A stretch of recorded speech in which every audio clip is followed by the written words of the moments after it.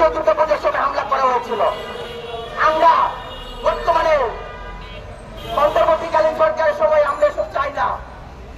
আমরা চাই না বিগত ভবিষ্যৎ সময়ে যারা সরকার গঠন করবে তারা এই সাম্প্রদায়িক দাঙ্গাবাজদের আশ্রয় দেখ, তারা প্রশ্রয় দেখ। আমরা দ্রুত রাজনৈতিক দলের আহ্বান করে বলবো, যারা সামনে সরকার গঠন করবে তাদের উদ্দেশ্য করে বলবো, অভয়নগরে দেশের নগরে যারা সাম্প্রদায়িক হামলা করেছে, যারা দায়ী আছে আপনারা জানেন, আপনারা আপনাদের দলের পক্ষ থেকে ব্যবস্থা গ্রহণ করেন। বর্তমানে এই দেশে সংখ্যালঘু সম্প্রদায়, এই দেশে হিন্দু সম্প্রদায় আপনাদের উপর আস্থা হারাবে।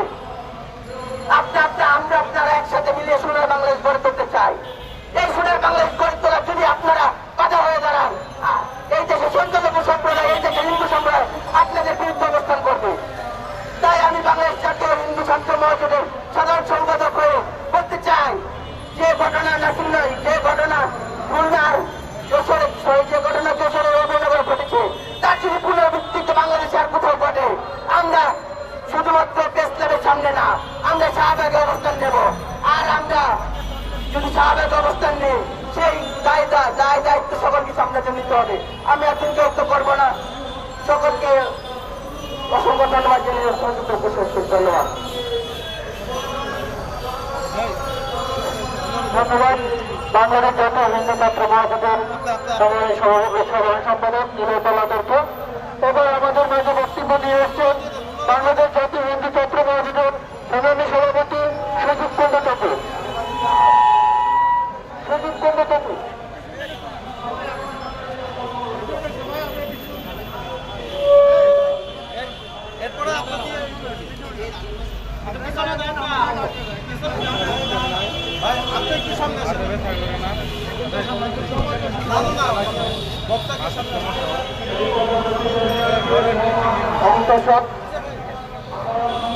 বাংলাদেশ জাতীয় হিন্দু মহাজোট আয়োজিত আজকের এই মানববন্ধনে উপস্থিত সাংবাদিক ভাই বোন এবং উপস্থিত নেতা কর্মীদেরকে নমস্কার।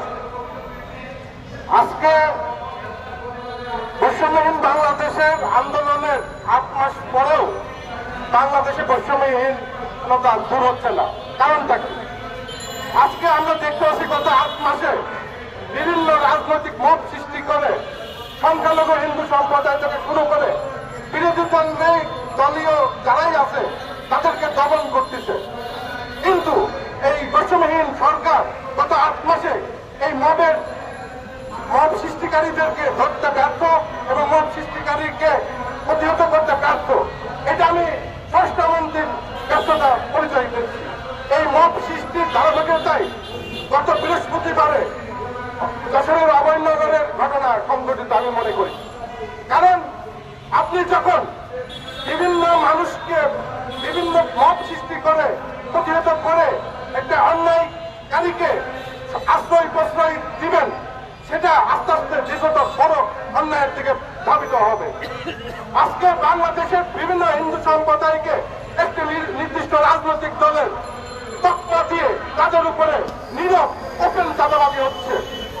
আমরা যশোরের অভয়নগরে যে ঘটনাটা দেখছি, ওখানে একটি হিন্দুকে আগুন দিয়ে লুটপাট করে ধ্বংস করে দিতে বাড়ির সাথে মিশিয়ে দিয়েছে।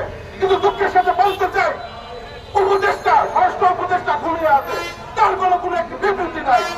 বর্তমান সরকারের উপদেষ্টার কোন একটি বিবৃতি নাই। আমরা কি তাহলে ধরে নেব প্রত্যেকটি সরকারি হিন্দু সম্প্রদায়ের ব্যাপারে নীরব ভূমিকা পালন করছে?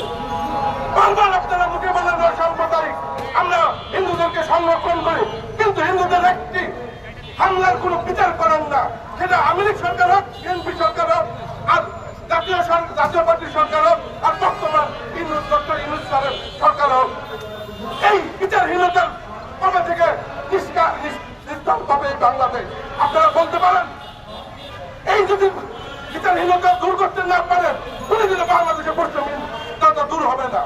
আপনারা যে বৈষম্যহীনতার আন্দোলন করেছেন, এটা লোক দেখানো, বিশ্বকে রকবাস দেখানো। গত 8 মাসে বাংলাদেশের হিন্দু সম্প্রদায় সারা বাংলাদেশের প্রতিটি কোনায় বৈষম্যহীনতার শিকার হয়েছে। আপনাদের সরকারে হয়েছে, বিভিন্ন যে সরকারের বিভিন্ন পর্যায়ে হয়েছে, বিভিন্ন সরকারি পর্যায়ে হিন্দু সরকারি কর্মকর্তারা হত্যার শিকার হচ্ছে, তার কোনো সুষ্ঠু তদন্ত নাই। আজকে অভয়নগরে চিন্তা করতে পারেন তাদের সেই আশ্রয়স্থল। আমি যে কৃষক দলের সভাপতির হত্যা হয়েছে তার বিচার চাই। এই নৃশংস হত্যা কেউ আমরা কখনোই স্বীকার করি না, কিন্তু একটি হত্যা স্বীকার করে একাধিক বাড়ি ঘরে আগুন দিয়ে প্রথমে লুটপাট, তারপর ভাঙচুর, তারপর অগ্নিসংযোগ করে মাটির সাথে ধোলাই লিখে দিয়েছে। এটা কবেকার নিয়ম? সেখানে প্রশাসন যেতে পারেনি।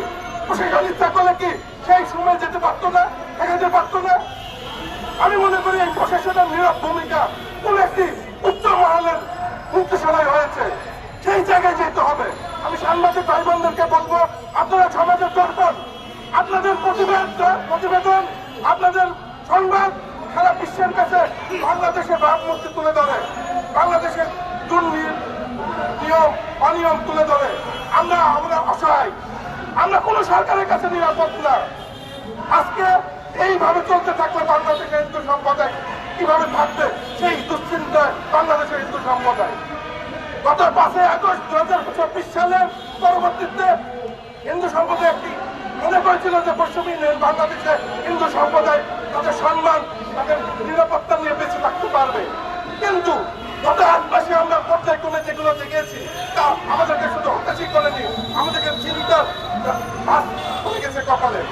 এখন হিন্দু সম্প্রদায়ের দিকে তারা কি করবে, কোথায় যাবে, কার কাছে যাবে, কার কাছে যাবে? কারণ প্রশাসনের কাছে গেলে প্রশাসন নীরব ভূমিকা পালন করে বা তাদের নীরবতা পালন করে।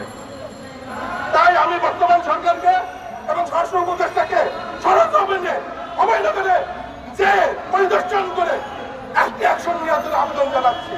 আপনি যদি এটা না করেন তাহলে আপনার পদত্যাগ আপনি করতে করোনা লাগবে আপনার। আর ওইখানকার ওসি তার এবং এসপি মহোদয়ের ভূমিকার জন্য আমি তার পদত্যাগ চাচ্ছি। কারণ বৃহস্পতির ঘটনায় আজকে সোমবার এই বড় ঘটনার একটি অপরাধীকে তারা ধরতে পারেনি, আইনের আওতায় আনতে পারেনি। এই যারা অপরাধী করেছে, যারা সংগঠনের একটি সাম্প্রদায়িক হামলা চালিয়েছে, তাণ্ডব চালাইছে 4-5 তাদেরকে সবাই চিনে, সমাজের সবাই চিনে কারাই অপরাধটি সংগঠিত করেছে, কারাই অপরাধে সংগঠিত হয়েছিল। সেটা পুলিশ প্রশাসন জানে, সেনাবাহিনী জানে, র্যাব জানে, বর্তমান উপদেষ্টারা জানে, আপনি এমনকি আপনার সাংবাদিক ভাই বোনেরা জানেন, সুশীল সমাজের জানে। কেন 3-4টি ভাবে তাদেরকে গ্রেপ্তার করা হলো না একজন ব্যক্তিকে? এটাকে পুলিশের নিরাপত্তা নাই, পুলিশের ব্যর্থতা নাই। আমি সেই জন্য প্রশাসনের ওই এলাকার ওসিকে আজকেই প্রত্যাহার দাবি করছি। এপ্রিল মধ্যে প্রত্যাহার করে একটি তদন্ত কমিটি গঠন করে সরজমিনে স্বরাষ্ট্র উপদেষ্টার পরিদর্শন করে দ্রুত 1 সপ্তাহের মধ্যে আমাদেরকে এই অপরাধীকে ধরে বিচারে আইনে আনতে হবে। তাহলে বাংলাদেশ জাতীয় সারা বাংলাদেশ ব্যাপী আগামী সপ্তাহে মানববন্ধন বিক্ষোভ সমাবেশ ডাক দিবে। আমি চাই সরকারকে বিশ্বাস করতে চাই, বর্তমানে বাংলাদেশের যে সম্প্রদায় হিন্দু সম্প্রদায় আছে তারা এই বাংলাদেশে একটি বাসও চলবে না। যারা চলে যাত্রা চলে গেছে, বর্তমান হিন্দু সম্প্রদায় একতবদ্ধ, তারা এই ভূমিপুত্র, এই ভূমিতে তারা জীবন দিবে, বর্তমানে থাকবে। দরকার পড়লে এই সকল সাম্প্রদায়িক সন্ত্রাসীর ভিতরে এরপর থেকে নিজেরাই যদি প্রশাসন প্রাপ্ত হয়, নিজেরাই প্রতিরোধ করে তুলবে। তারপরে আপনাদেরকে আমরা বলতে চাই প্রশাসনের কাজ করতে হবে। তাই সরকারের উপদেষ্টা মন্ডলীকে বলি যে আপনারা দ্রুত এর ব্যবস্থা নেবেন, তাহলে বাংলাদেশের হিন্দু সম্প্রদায় রাজপথে আবারও নামতে বাধ্য হবে।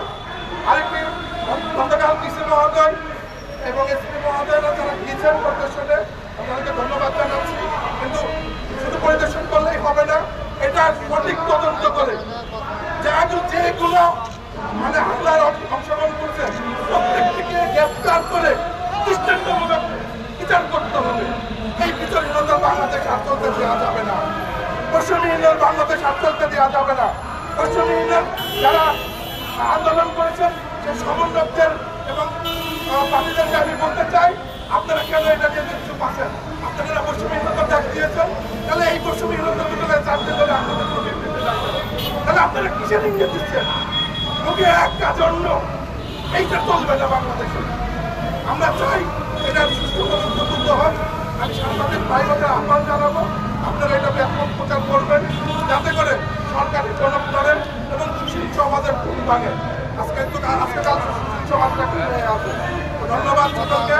বাংলাদেশ জাতীয় হিন্দু ছাত্র মহাজোট অভয়নগরের যে সাম্প্রতিক হামলার তীব্র নিন্দা এবং প্রতিবাদ জানাচ্ছে এবং সেই সাথে প্রশাসন যদি আগামী এক সপ্তাহের মধ্যে তাদেরকে ধরতে না গ্রেপ্তার করে আইনে একটা না আনতে পারে তাহলে আগামী সপ্তাহে আমরা বৃহত্তর কর্মসূচি ঘোষণা করতে বাধ্য হব। ধন্যবাদ সবাইকে। জয় শ্রীরাম। ধন্যবাদ। বাংলাদেশ জাতীয় হিন্দু ছাত্র মহাজোটের সম্মানিত সভাপতি সুযোগ বৃন্দকে। এবার আমি খুব সংক্ষিপ্ত বলল প্রশ্ন কথা বলার জন্য অনুরোধ